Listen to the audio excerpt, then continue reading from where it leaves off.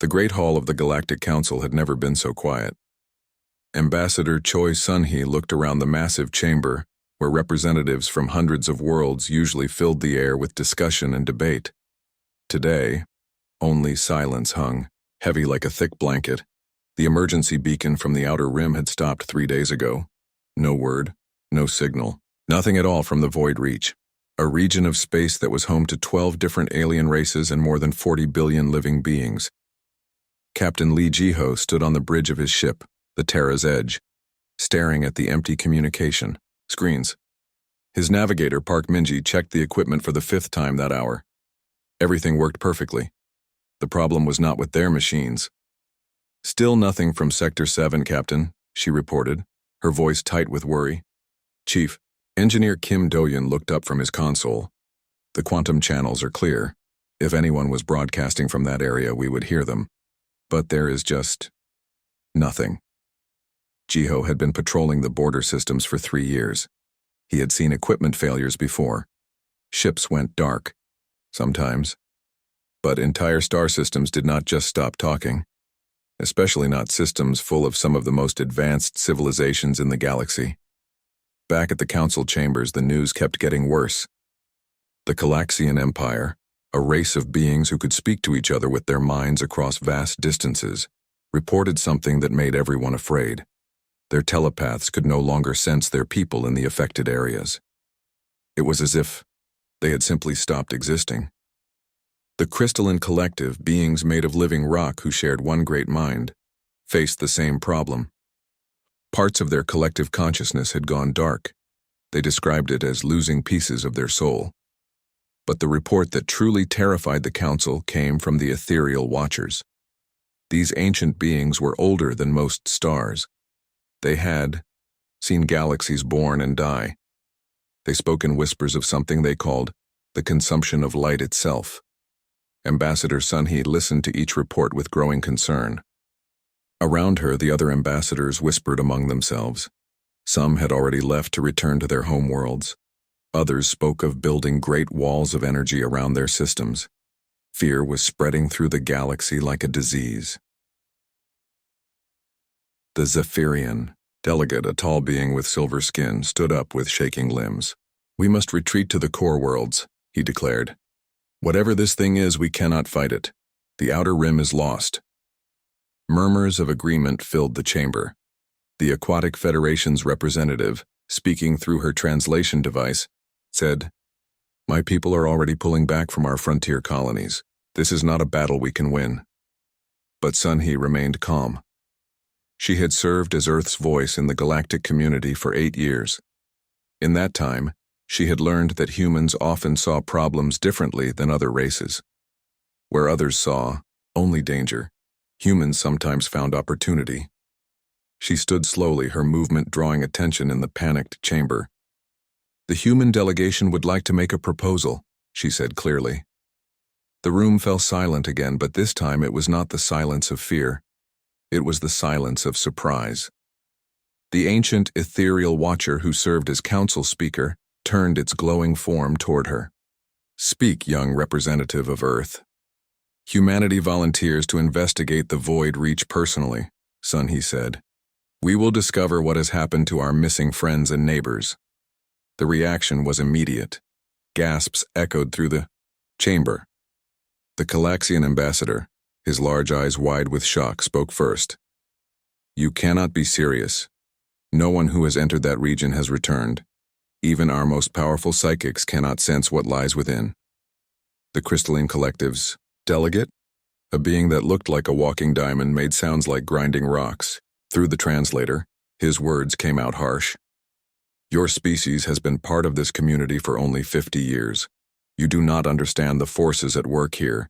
This is beyond any single race's ability to handle." But Sun-hee did not back down. She had studied the reports carefully. She had also studied her own species' history. Humans had a strange habit of walking toward danger when everyone else ran away from it. "Perhaps that is exactly why we should go," she replied. "We are new to this galaxy. We do not carry the weight of ancient fears. Sometimes a fresh perspective is what a problem needs." The speaker floated closer to her, its energy form pulsing with what might have been curiosity. And if you fail? If humanity joins the silence of the void reach? Sun-Hee smiled, an expression that still puzzled many alien races. Then at least we will fail while trying to help our friends. That seems better than failing while hiding in fear. Meanwhile, Captain Jiho had made his own decision. Without waiting for official orders, he had already begun preparing the Terra's Edge for a journey into the unknown. His crew, all volunteers, understood the risks.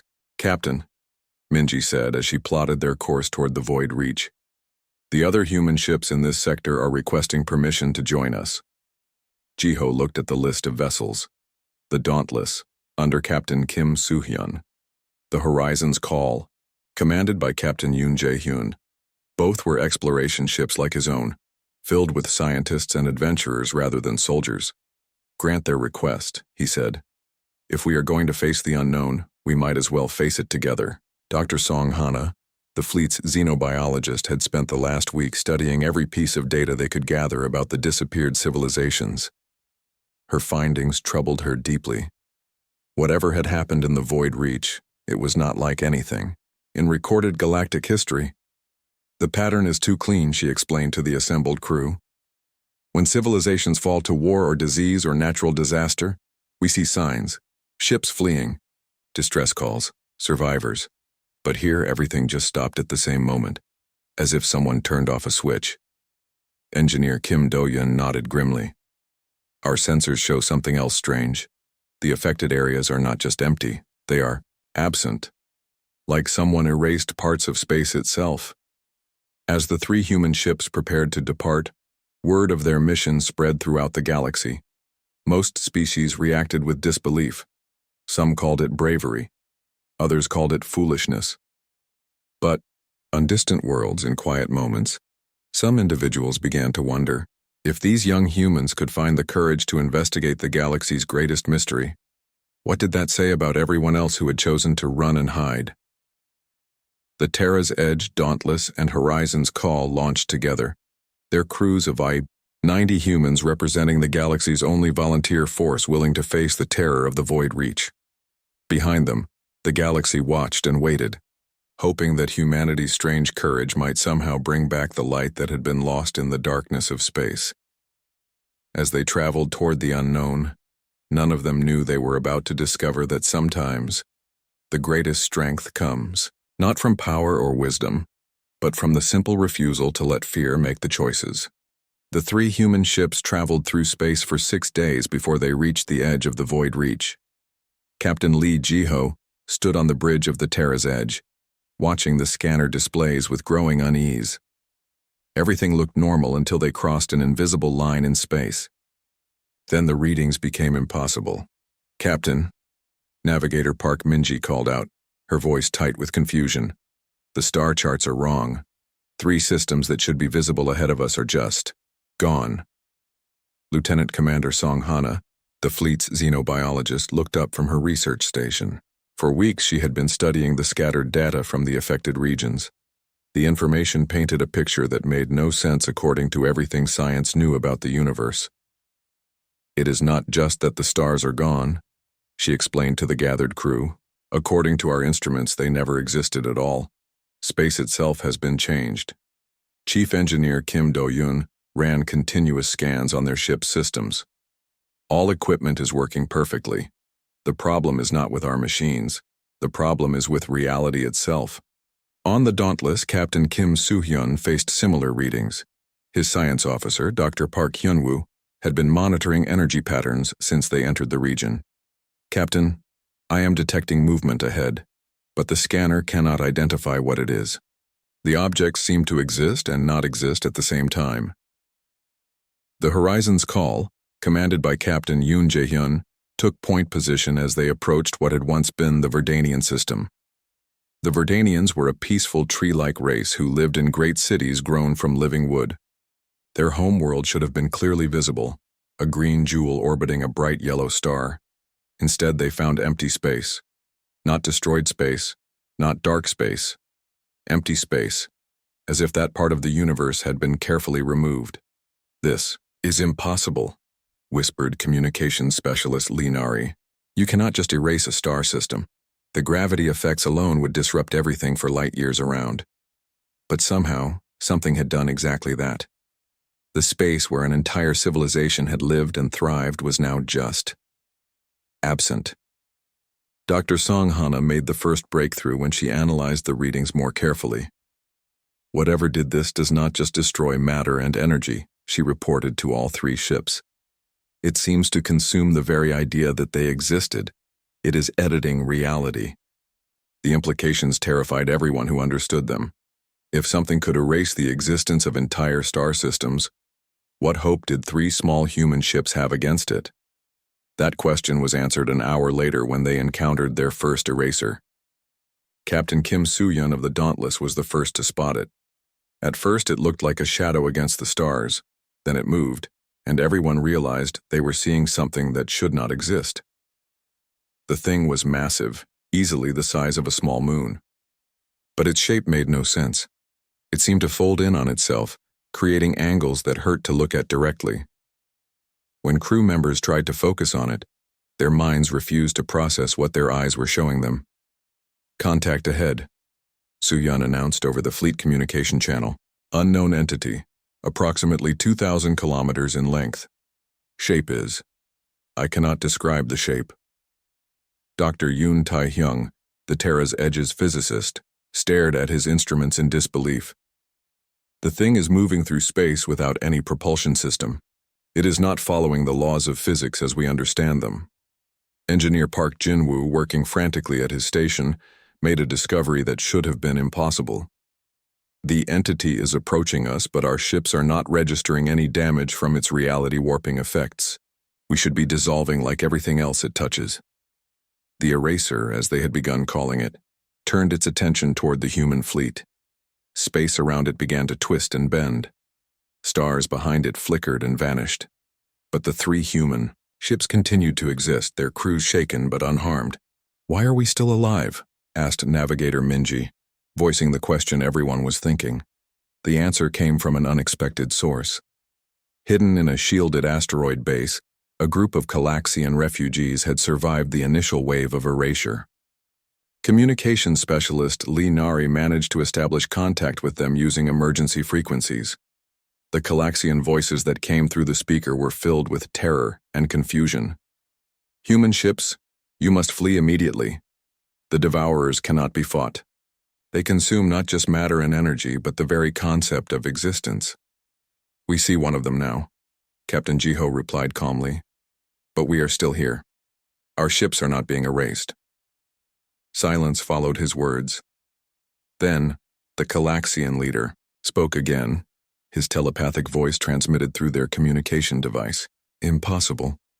Every ship that has approached the Devourers has been unmade. Even our most powerful psychic barriers could not protect us." Dr. Songhana had been monitoring the interaction between the eraser and their fleet.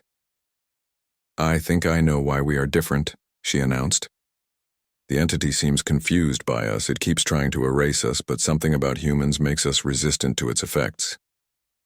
The breakthrough came when the fleet's combined sensor array finally managed to get clear readings on the eraser. Dr. Yoon Tae-hyung's analysis revealed the terrible truth about what they were facing. "This is not a creature or a weapon," he reported to all three ships. "It is a fragment of something much larger. According to these readings, it exists partially in our dimension and partially somewhere else. It is trying to pull pieces of our reality into that other place." Captain Kim Soo-yeon, ever practical, asked the question that mattered most. "Can we fight it?" "Unknown," Dr. Songhana replied. "But we may be the only species that can try. Every other race that has encountered these things has been either erased or driven mad by the experience. Humans seem to be uniquely resistant to both effects." The Calaxian refugees confirmed her theory. "Your minds work differently than ours," their leader explained. "We can sense the Devourers' thoughts and they burn us with their alien nature, but you seem unable to hear them at all. This may be your protection." As the three human ships continued deeper into the void reach, they began to understand the scope of the threat they faced. The erasers were not invaders in any normal sense. They were scouts for something far worse, something that existed in the spaces between reality itself. But they also began to understand something else. Humanity's stubborn refusal to accept the impossible might be exactly what the galaxy needed to fight an enemy that made the impossible into reality. Behind them, the galaxy held its breath, waiting to see if 3 small human ships could somehow stand against the force that had silenced entire civilizations. The answer to that question lay ahead, in the deepest parts of the void reach where reality itself became negotiable, and the laws of physics were merely suggestions that something ancient and hungry had chosen to ignore. The human fleet's first direct encounter with the erasers had lasted only minutes, but it changed everything they thought they knew about the universe. As the 3 ships moved deeper into the void reach, Chief Science Officer Dr. Kang Yeben worked frantically to decode the data logs they had recovered from destroyed civilizations. The information painted a picture more terrifying than anyone had imagined. "These are not creatures," Dr. Kang announced during an emergency meeting between all 3 ships. "The erasers are fragments of something that exists outside our reality. According to the Ethereal Watcher's final transmissions, they called it the primordial hunger." Captain Lee Jiho studied the translated data on his screen. The ancient record spoke of something that had consumed entire galactic clusters in distant epochs. Always the pattern was the same. First came the reality-distorting scouts. Then came something far worse. The archives describe previous encounters. Dr. Kang continued. "Billions of years ago, this entity devoured the Andromeda spiral before it could form into a proper galaxy. The survivors who escaped to our galaxy thought they were safe. They were wrong." On the Dauntless, Captain Kim Soo-hyun faced reports from his crew that defied explanation. Engineer Cho Min-jae had been monitoring the ship's structural integrity during their encounter with the eraser. The readings showed something impossible. "Captain, when that thing focused on us, our hull should have been torn apart by the reality distortions," Min-jae reported. "Instead, our ship became more solid, as if our presence in normal space was being reinforced rather than weakened." Dr. Song Hana had been studying the psychological effects of eraser contact on different species. Her findings explained why the galaxy had fallen silent so quickly. Every other known species suffers immediate mental breakdown when exposed to the erasers, she explained. The Calaxians' telepathic abilities made them hear the alien thoughts directly, driving them insane. The crystalline collective's hive mind was infected with concepts that their silicon-based logic could not process. But humans were different. The same mental flexibility that had helped them adapt to life among the stars now protected them from cosmic horror. "Our brains evolved to handle uncertainty and contradiction," Dr. Song continued. "When we see something impossible, we do not break down. We get curious. We get stubborn. We refuse to accept that the problem cannot be solved." Engineer Park Jin-woo made the next crucial discovery while analyzing sensor data from their eraser encounter. "The entities seem confused by our behavior," he reported. "They can predict how other species will react to their presence, but they cannot predict us." This revelation sparked intense discussion among the fleet's scientists. If the erasers operated by understanding and manipulating the mental patterns of their victims, then humanity's unpredictability might be more than just resistance. It might be a weapon. The proof came when they encountered the second eraser. This one was larger than the first, its impossible geometry stretching across several thousand kilometers of space. As it approached the human fleet, reality began to bend around it. Stars twisted into spiral patterns. Space itself developed cracks that showed glimpses of somewhere else entirely. But Captain Yoon Jae-hyun of the Horizon's Call made a decision that surprised everyone, including himself. Instead of retreating or trying to hide, he ordered his ship to fly directly at the eraser. "All power to forward shields," he commanded. "We are going to see what happens when an unstoppable force meets someone too stupid to get out of the way." The collision should have erased the Horizon's Call from existence. Instead, something remarkable happened. As the ship passed through the eraser's reality distortion field, the entity itself seemed to flicker and weaken. "The readings are incredible," Dr. Yoon Tae-hyung announced over the fleet communication channel. "The eraser's dimensional anchor is being disrupted by our presence. It is being forced to exist more fully in our reality." This discovery led to a breakthrough in understanding their enemy. The erasers were not fully present in normal space-time. They existed partially in their home dimension, using that connection to warp reality around them, but sustained contact with human minds somehow interfered with that connection. We are like a virus in their system, Dr. Songhana explained. Our refusal to accept their version of reality forces them to work harder to maintain their impossible existence. The Calaxian refugees still hiding in their asteroid base provided additional crucial information. Their telepathic abilities, while making them vulnerable to the erasers' mental attacks, also allowed them to sense things the humans could not. The Devourers are growing frustrated, the Calaxian leader reported. They expected your species to fall silent like all the others. Instead, you are interfering with their ability to consume reality itself. But the news was not all positive. Long-range sensors detected dozens more erasers throughout the void reach, and they were moving toward the galactic core. Whatever the primordial hunger was planning, the scout phase was nearly complete. Dr. Kang Yebin's analysis of the movement patterns revealed the terrible truth. They are positioning themselves around the most populated systems in the galaxy. When they finish their preparations, they will begin the final consumption. The timeline was devastating. At their current rate of movement, the erasers would reach the core worlds within days. Trillions of lives hung in the balance. Captain Jiho called for an emergency conference between all three ships. The situation required a decision that would affect not just humanity, but every living being in the galaxy. We have learned that we can disrupt their reality warping abilities, he summarized. But we are only 3 ships against dozens of these entities. Even if we can interfere with them, we cannot stop them all. The question facing them was simple but terrible.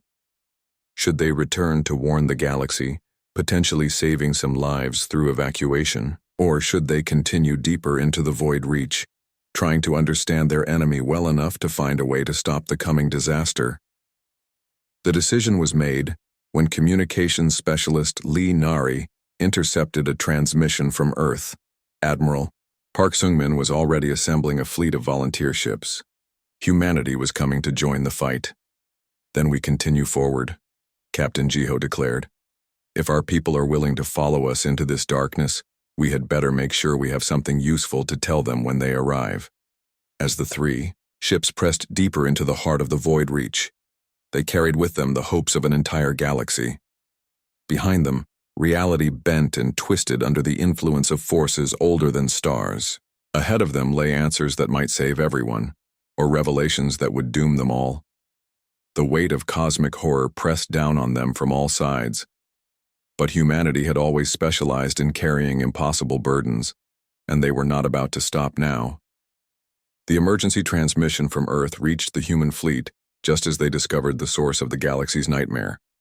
At the center of the void reach, where once a beautiful cluster of star systems had sparkled like jewels, now hung something that hurt to perceive directly. Admiral Park Seung-min's voice crackled through the communication system of the Terra's Edge. Captain Jiho, we are bringing everything humanity can spare.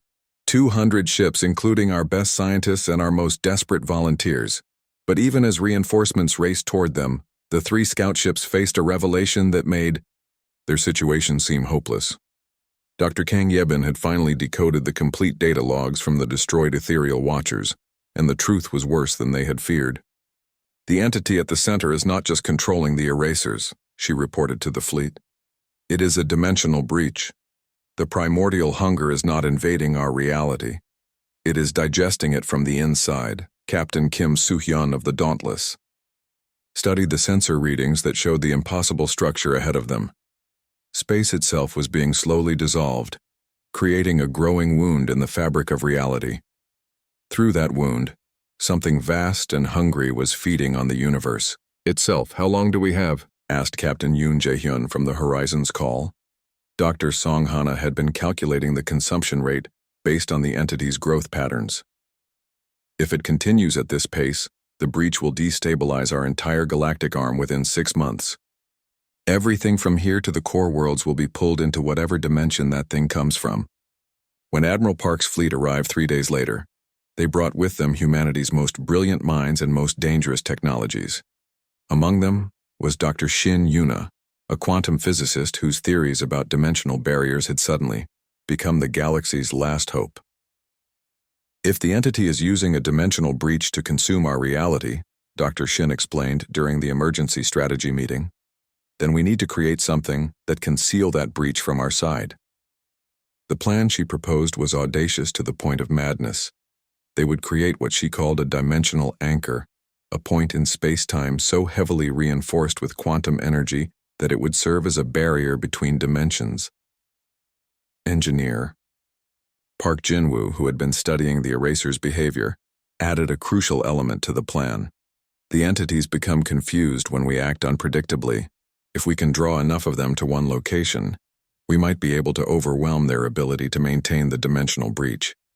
Commander Oh Hyun-jin, leading a squadron of humanity's fastest ships, volunteered for the most dangerous part of the mission.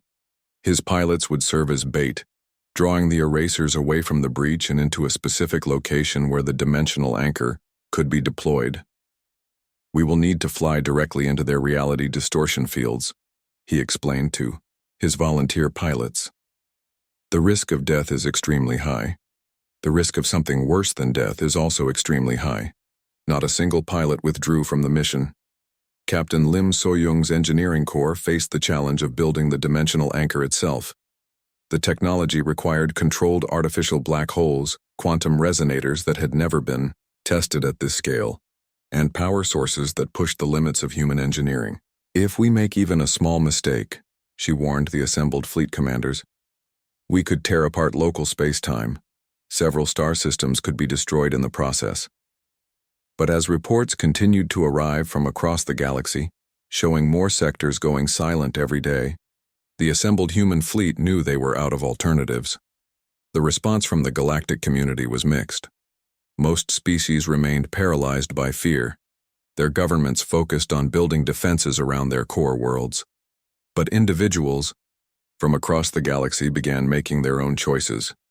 Captain Veltar of the Aquatic Federation arrived with a ship full of volunteers from his species. If the young humans can find courage in the face of this horror, he declared, then perhaps the old ones can remember what courage looks like. Commander Jask of the Calaxian refugees brought his damaged ships and the telepathic abilities of his surviving crew. We cannot fight the Devourers directly, he explained, but we can help coordinate your attack by sensing their movements. Even representatives from the proud Crystalline Collective joined the desperate alliance. Their ships, damaged by previous encounters with the erasers, could still provide processing power for the complex calculations required by the dimensional anchor. Within a week, the human-led fleet had grown to over 400 ships from dozens of different species. It was not a large force by galactic standards, but it represented something unprecedented, a united response to cosmic horror. Dr. Shin Yuna worked frantically with teams of scientists from multiple species to refine the dimensional anchor design. The quantum resonators need to create overlapping fields of stable spacetime, she explained. If even one fails, the entire network will collapse. The breakthrough came from an unexpected source. Dr. Han Gunwoo, studying the readings from their previous encounters with erasers, realized that human presence did more than just confuse the entities. It actually forced them to exist more fully in normal reality.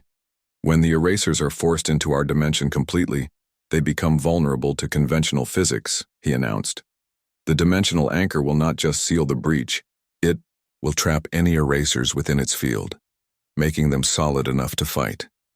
The plan required perfect timing and coordination between hundreds of ships from species that had never worked together before.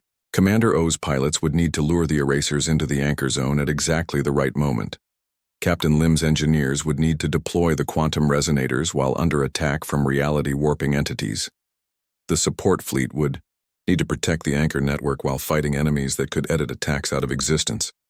The risks were beyond calculation. But as Captain Jiho looked out at the assembled fleet, he saw something that gave him hope.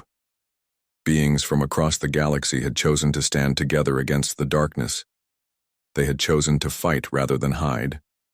We may not win, he announced over the fleet communication channel. But we will not go quietly into that cosmic night. We will make so much noise that the universe itself will remember we were here. The battle of the dimensional threshold was about to begin. Against odds that defied rational calculation, hundreds of small ships prepared to face an entity that had consumed entire galactic clusters. Behind them, the galaxy watched and waited. Ahead of them, reality itself hung in the balance. In the space between hope and despair, humanity and its unlikely, allies prepared to discover whether courage alone could stand against the hunger that devoured light itself. The battle of the dimensional threshold began not with weapons fire, but with the sound of reality tearing apart. What had once been the beautiful Helix Nebula, a stellar nursery where new stars were born in clouds of glowing gas, now served as the arena for the universe's last stand. Captain John Minho commanded the quantum resonator deployment from his engineering ship, the Forge of Stars. Around him, his teams worked with desperate efficiency to position the dimensional anchors, while space itself twisted and writhed under the influence of the approaching erasers.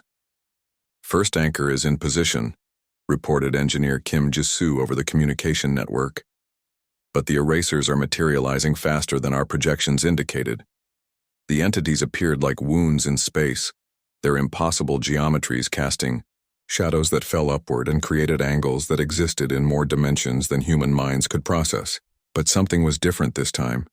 As more human ships entered the battle zone, the erasers seemed to solidify, becoming more present in normal reality. Commander Oh Hyun-jin led his squadron of volunteer pilots into the heart of the eraser formation. His ship, the Defiant Dream, had been modified with experimental quantum disruptors designed to interfere with dimensional breaches. The technology was untested, dangerous, and their only hope. Bait Squadron moving into position, he announced calmly, as if he were not about to fly directly into a reality storm that could erase him from existence. All ships, remember the pattern: random movements, unpredictable attacks, maximum chaos. The first phase of the battle defied every rule of warfare. Traditional weapons proved useless against beings that could simply edit attacks out of existence. Instead, the Allied fleet relied on the one thing the erasers could not predict or counter: pure stubborn randomness. Lieutenant Kim Ji-young, piloting a fighter called the Stubborn Hope, made the first successful hit on an eraser. She flew directly into its reality distortion field while firing her quantum disruptors in completely random patterns, changing direction every few seconds for no logical reason. The eraser, apparently unable to process such irrational behavior, flickered and became solid for just a moment. In that instant, Ji-young's weapons found their mark, tearing a hole in the entity that bled strange energies into normal space. "It worked," she shouted over the communication channel. "The thing is actually bleeding. Whatever these creatures are, they can be hurt." Her victory cost her everything. As the eraser solidified further, its death throes created a reality wave that caught her ship. The Stubborn Hope was not destroyed, it simply ceased to have ever existed. But the brief stable zone her sacrifice created allowed the first dimensional anchor to lock into position. Across the battle zone, more anchors came online. Captain Lim So-young's engineering teams worked under impossible conditions, deploying quantum resonators while erasers materialized around them like nightmares made real. "Anchor 3 is stable," she reported, her voice steady despite the chaos surrounding her ship. "But we are losing too many vessels. We need more time." Time was exactly what they did not have. Long-range sensors detected the central entity at the heart of the dimensional breach beginning to move. The primordial hunger itself was taking notice of their resistance. Dr. Shin Yuna, monitoring the dimensional anchor network from the command ship, made a discovery that changed the entire battle. "The anchors are not just stabilizing local spacetime," she announced.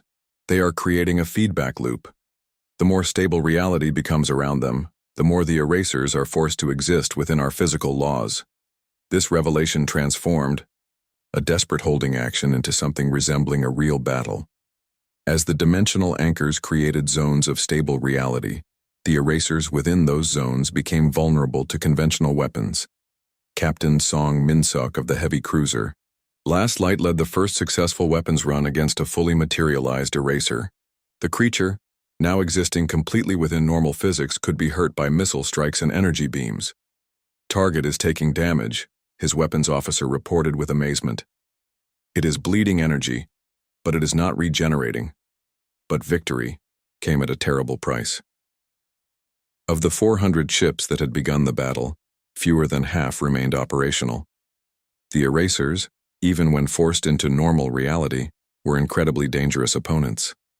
Their reality-warping abilities, while reduced, could still tear ships apart or send them spinning into dimensions where the laws of physics worked differently. Captain Kim Soo-hyun of the Dauntless found himself leading a desperate rearguard action against 3 massive erasers that had broken through the anchor perimeter.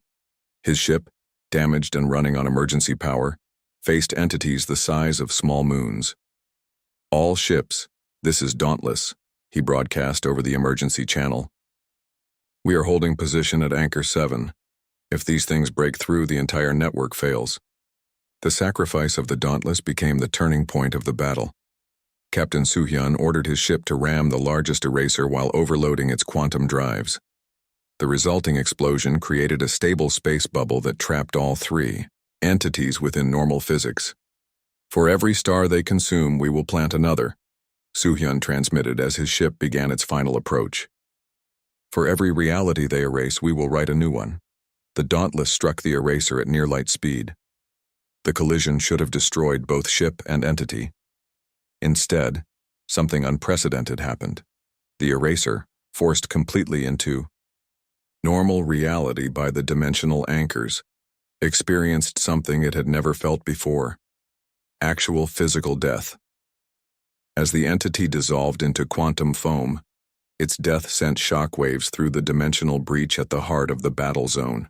The primordial hunger itself recoiled, its attention fully focused now on the small fleet of stubborn creatures that had done the impossible. Dr. Han Gonwoo, analyzing the battle data in real time, made an announcement that filled everyone with hope and terror in equal measure. "The dimensional breach is destabilizing. Our actions are actually affecting the central entity, but it is also getting angry." The final phase of the battle began as reality itself seemed to convulse around them. The primordial hunger, no longer content to consume the galaxy slowly, began pulling itself more fully into normal spacetime. The dimensional breach widened, threatening to swallow entire star systems, but the dimensional anchor network held, powered by the sacrifice of hundreds of brave souls from dozens of species. The quantum resonators created an island of stable reality in an ocean of cosmic chaos. Admiral Park Sung-min, commanding the last intact battle group, made the decision that would determine the fate of the galaxy. "All remaining ships, full attack on the dimensional breach. We are going to force that thing to come all the way into our reality." "Sir," Captain Jiho pointed out, "if it fully manifests in our dimension, it will be larger than most star systems." "Then we will fight something the size of a star system," Admiral Park replied grimly. "Better to face a giant enemy we can hurt than an invisible one we cannot touch." As the surviving ships of the Allied fleet launched their final attack, the dimensional anchors pulsed with energy that could be seen across the galaxy. For the first time in cosmic history, something was forcing the primordial hunger to play by the rules of normal physics. The entity that emerged from the dimensional breach was indeed larger than most star systems, a writhing mass of impossible geometry and hungry void. But it was also, finally, something that could be fought. The battle of the dimensional threshold was about to reach its climax, with the fate of all reality hanging on the courage of a few hundred beings who had chosen to stand against the dark. The dimensional barrier held through the longest night in galactic history. As dawn broke over a dozen worlds, the impossible had become reality. The primordial hunger, forced into normal spacetime by humanity's quantum anchors, had been contained, within a stable zone where the laws of physics applied even to cosmic horrors. Admiral Nam Yoonjung, formerly Captain Nam of the light cruiser Morning Star, found herself promoted to command of something that had never existed before: the Dimensional Defense Force. The battle had cost them dearly. Of the 400 ships that had fought at the threshold, Only 63 remained operational, but they had won. Against odds that defied calculation, a mixed force of beings from across the galaxy had done what ancient civilizations thought impossible. They had wounded something that consumed galaxies and forced it to retreat. Status report on the barrier. Admiral Nam requested from her new command ship, built from the wreckage of a dozen vessels that had given their lives in the battle. Dr. Cha Sun-woo, the fleet's new chief scientist, looked up from his monitoring station. The quantum anchors are stable, Admiral. The dimensional breach has been sealed, and the primordial hunger has been forced back into its own dimension. But it is still there, still trying to break through. The victory had come at a price beyond counting. Hundreds of brave souls from dozens of species had sacrificed themselves to save a galaxy that had initially refused to fight. But their sacrifice had revealed something more important than any single battle. The universe could be defended. The Galactic Council reconvened on a new space station built specifically at the barrier's edge. The structure, named Hope Station in honor of those who had died to make it possible, served as both a fortress and a symbol. Here, representatives from across the galaxy gathered to discuss a new reality. Ambassador Kim Yeon-hee, who had taken over Earth's diplomatic duties after the battle, addressed the assembly with words that would be remembered for generations. We did not defeat the darkness by being stronger or smarter than it. We defeated it by refusing to let it make us stop being who we are. The speech marked a fundamental change in how the galactic community saw both the universe and humanity's place in it. Species that had considered humans primitive newcomers now understood that sometimes survival required not advanced technology or ancient wisdom, but simple, stubborn courage. The Calaxian Empire, their telepathic networks slowly recovering from the trauma of the Eraser's mental attacks, established permanent research stations around the barrier. Their leader, Commander Jask, explained their reasoning to the Council. The human minds showed us something we had forgotten, he said. When faced with the impossible, we tried to understand it with our telepathy and were driven mad. The humans faced the same impossibility and simply refused to accept it. This stubborn denial of cosmic horror may be the galaxy's greatest defense. The Crystalline Collective, their hive mind slowly healing from the dimensional wounds inflicted by the Erasers, contributed their vast computational power to monitoring the barrier. Their representative spoke in grinding tones that the translators converted to words. We process information through shared consciousness. When the Devourers infected our network with alien concepts, we nearly died. But the humans process information through individual minds that can disagree with each other. This chaos that we thought was weakness proved to be strength. Dr. Song Hana, now serving as the head of xenobiological research at Hope Station, had spent months analyzing why humans had been uniquely suited to fight cosmic horror. Her findings changed how the galaxy understood the relationship between evolution and survival. Every species in the galactic community evolved on worlds that were relatively stable and safe, she explained to a gathering of scientists from 100 different worlds. When you face existential threats, rarely, your minds develop sophisticated responses to complex problems. But humans evolved on a world that tried to kill them every single day.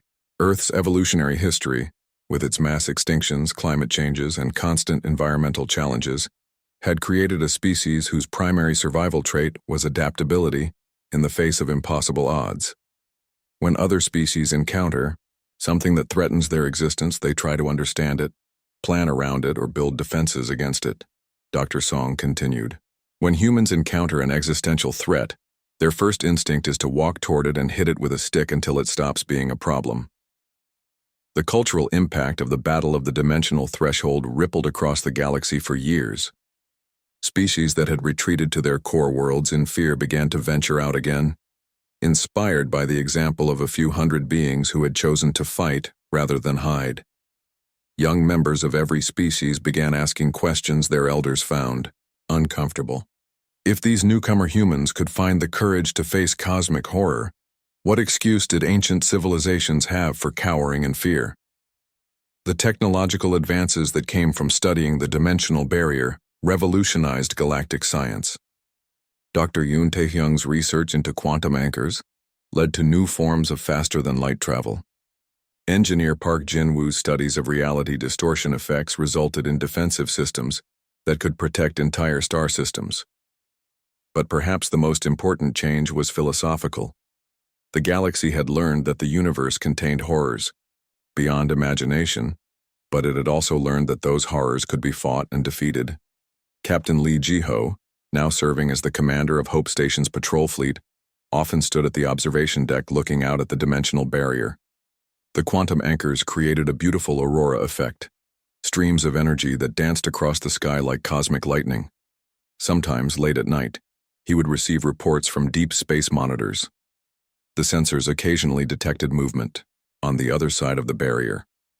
The primordial hunger was still there, still pressing against the dimensional walls that kept it contained. But the walls held, reinforced by the determination of beings who had chosen to stand guard. The Void Reach, once a region of terror where entire civilizations had vanished, became known as the Hope Barrier. Pilgrims from across the galaxy came to see the place where a few hundred brave souls had saved everyone. New colonies were established in the recovered systems, their populations drawn from species across the galaxy who wanted to live on the frontier where courage had triumphed. Over cosmic horror, these border worlds developed a unique culture, one that combined the best traits of dozens of different civilizations united by shared purpose. The children of these frontier worlds grew up with a different understanding of the universe than their parents. They knew that darkness existed beyond the stars, but they also knew that it could be held back by ordinary beings who chose to do extraordinary things. And sometimes, when those children looked up at the night sky, they would see the aurora of the Hope Barrier dancing among the stars. The light reminded them that somewhere out there, humans and their allies still stood watch, ensuring that the galaxy's lights would never go out again. The echo of that courage rippled across space and time, a reminder that the greatest strength was not in what you could destroy, but in what you were willing to protect. In a universe filled with wonders and horrors beyond imagination, the most remarkable thing of all turned out to be the simple refusal to give up hope.